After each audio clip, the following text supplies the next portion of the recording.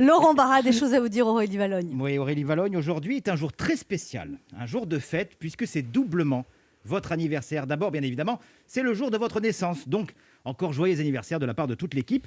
Et puis, ce que les gens savent moins, c'est que vous et moi, ce matin, fêtions les 2 ans de la chronique que je vous avais consacrée à l'occasion de la sortie de votre livre « La cerise sur le gâteau ». Chronique qui fut très importante pour moi, puisque ça a été, attention, la première fois que j'ai été drôle dans cette émission. Et la dernière fois. Et oui, aussi incroyable. C'est marrant, je m'en souviens pas. Si, moi je m'en souviens. Ah voilà, merci Aurélie. Et oui, aussi incroyable que cela puisse vous paraître, Aurélie Valogne, je n'ai pas toujours été ce trublion aux yeux pétillants, tellement sympathique et qui imite si bien Jean Castex. Moi aussi, on m'appelle la cerise sur le gâteau. Ah, super.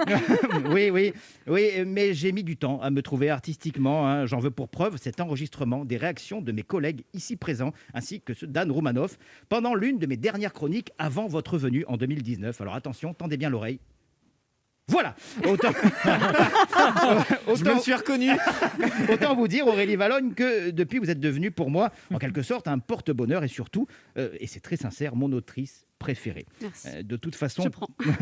comment ne pas être fan, vous qui, livre après livre, avec beaucoup de tendresse, vous évertuez à nous raconter que le monde n'est pas aussi sombre qu'il en a l'air. Hein. Je pense que vous l'avez compris, Aurélie Valogne.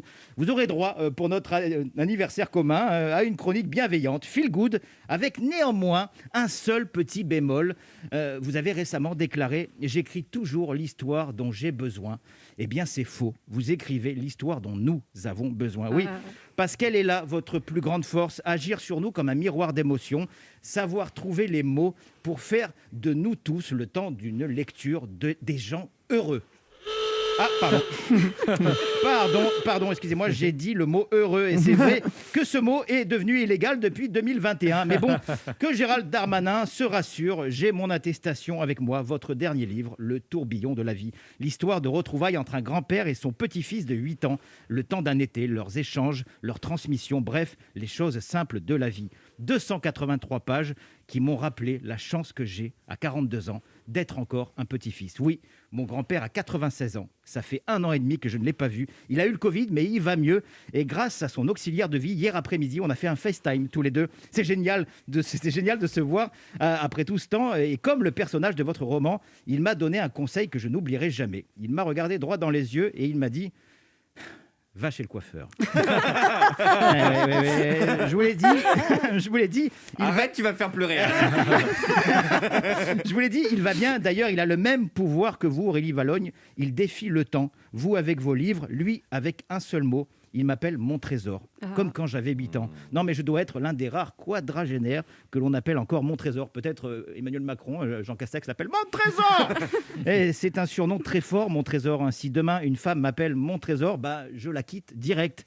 Et c'est après avoir terminé votre livre que j'ai eu l'idée de l'appeler en FaceTime. Et vous avez raison, il faut profiter des choses simples de la vie. C'est fou, on regrette tous ce qu'on faisait en 2019, les restos, les théâtres, les cinés. Moi, en 2019, je lisais votre livre et je vous dédiais une chronique. Comme quoi, il y a des plaisirs simples que même une pandémie mondiale ne pourra jamais nous enlever.